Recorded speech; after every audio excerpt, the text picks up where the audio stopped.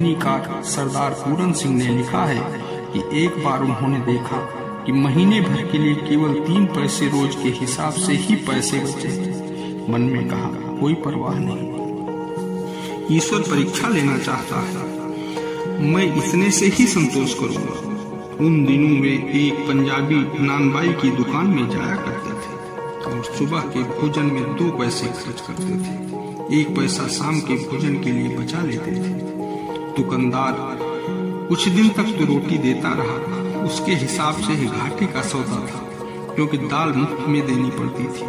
एक दिन दुकानदार ने आखिर झिड़क ही दिया, कहा कि आप केवल 3 पैसे की रोटी लेते हैं, दाल का तो कुछ देते ही नहीं, वो मुफ्त में ले जाते हैं, वो भी 2 बार, आगे से दाल का भी पैसा दिया करें।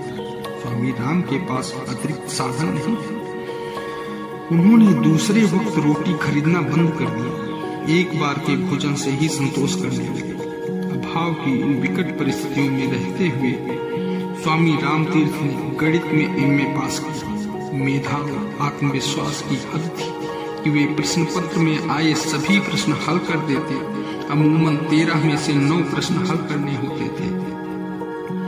स्वामी राम सभी प्रश्न हल कर नोट लिख देते थे कि परीक्षक इनमें से कोई भी न जांचे।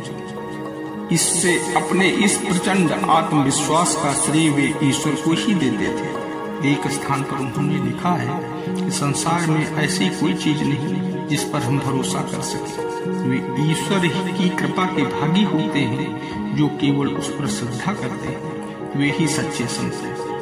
सन 1896 में स्वामी रामतीर्थ लाहौर के मिशन कॉलेज में गणित के प्रोफेसर हुए। सिर्फ 4 वर्ष तक उन्होंने नौकरी की।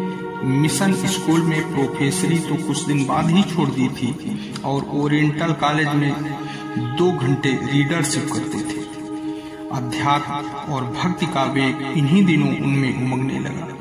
जिस स्तर से उन्होंने शिक्षा के क्षेत्र में सफलता प्राप्त की थी, उसी तेजी से साधना की ऊंचाई भी छू ली।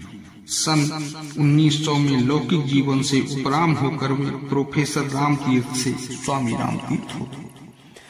संन्यास लेने के बाद स्वामी रामतीर्थ 6 वर्षों तक ही जीवित रहे। इस बीच उन्होंने जापान और अमेरिका की यात्राएं की। सन 1903 में उन्होंने विश्व धर्म सम्मेलन में भी हिस्सा लिया। यह सम्मेलन स्वामी विवेकानंद की उपस्थिति में हुए शिकागो विश्व धर्म सम्मेलन की तरह प्रसिद्ध नहीं हो सका, लेकिन स्वामी रामतीर्थ को अमेरिकी विद्वानों ने ईसा मसीह का जीता जागता अवतार कहकर उन्हें सम्मानित किया। स्वामी रामतीर्थ का मूल संदेश ईश्वर को अपने जीवन में प्रतिष्ठित करना था। उनका कहना था कि ईश्वर को अपना नियंता नियामक बनाने से ही सब कुछ व्यवस्थित होने लगता है। उनका संदेश उन्हीं के शब्दों में, अय मनुष्य, तू ईश्वर है, केवल शरीर के केंद्र में रहना भर छोड़ दे। जब शरीर चेतना छूट जाती है तब ईश्वरीय चेतना अपने आप जागृत हो जाती है। राजकुमार पाठशाला जाते समय अथवा अपने हमजोलियों के साथ खेलते हुए बराबर जानता रहता है कि वो तो राजकुमार है। इसी प्रकार हर एक मनुष्य को ईश्वरीय राजकुमार की तरह अपने सारे कामकाज करने चाहिए। स्वामी रामतीर्थ स्वयं इस भाव चेतना में निमग्न रहते थे। उनकी मस्ती से प्रभावित होकर सैन फ्रांसिस्को की यात्रा में उनके साथ जा रहे सहयात्री को आश्चर्य हुआ। बंदरगाह पर तमाम यात्री उतरने की हड़बड़ी में थे। स्वामी रामतीर्थ को यथावत शांत अपने में ही डूबा देख एक यात्री ने कहा, आपको उतरने की जल्दी नहीं है क्या?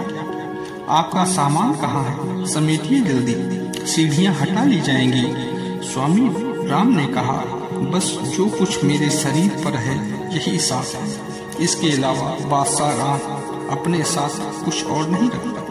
अमेरिकी ने कहा, फिर आप धन और वैभव को ही पूजने वाले इस मुल्क में क्या करेंगे, कहाँ रहेंगे? स्वामी जी ने कहा, जिसने राम को भेजा और बुलाया है वही करेगा, राम को इससे क्या लेना देना?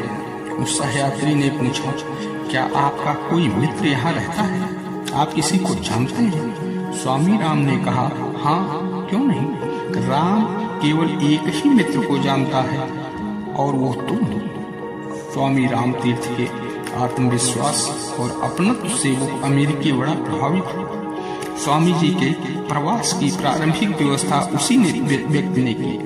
उसने दीक्षा भी ग्रहण की और गुरु के रूप में उनकी आराधना करता रहा। दूसरों को अपना बना लेने और लौकिक आत्मिक सफलताएं प्राप्त करने का नाम ही धर्म अध्यात्म है।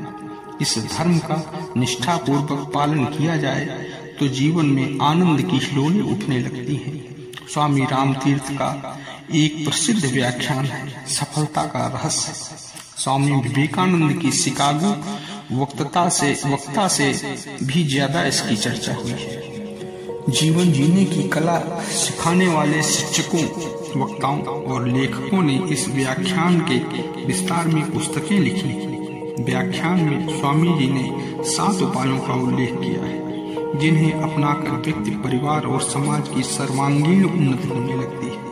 उन सिद्धांतों के बारे में स्वामी जी कहते हैं, सफलता का भेद एक खुला हुआ रहस्य है। इस बारे में प्रत्येक व्यक्ति कुछ न कुछ कह सकता है, लेकिन असल बात उन सिद्धांतों को दक्षता के साथ कार्य रूप में लाना। कोई व्यक्ति अथवा राष्ट्र किन्हीं और उपायों के जरिए भले ही खूब फल फूल रहा हो, किंतु उसके पीछे कोई सुनिश्चित आधार नहीं है, तो पतन की संभावना बराबर बनी रहती है। उन सिद्धांतों की व्याख्या करते हुए स्वामी जी ने 7 सोपान निश्चित किए थे। 7 सोपानों के नाम इस प्रकार हैं: काम, आत्मत्याग, आत्मविस्मृति, सार्वभौमिक प्रेम, प्रसन्नता, निर्भीकता और आत्मनिर्भरता। स्वामी रामतीर्थ के अनुसार इन सोपानों में अध्यात्म की समग्र भावना आ जाती है। वे मानते थे कि भारत के पास दुनिया को देने के लिए बहुत कुछ है, लेकिन वो आत्म प्रवंचना में डूबा हुआ है।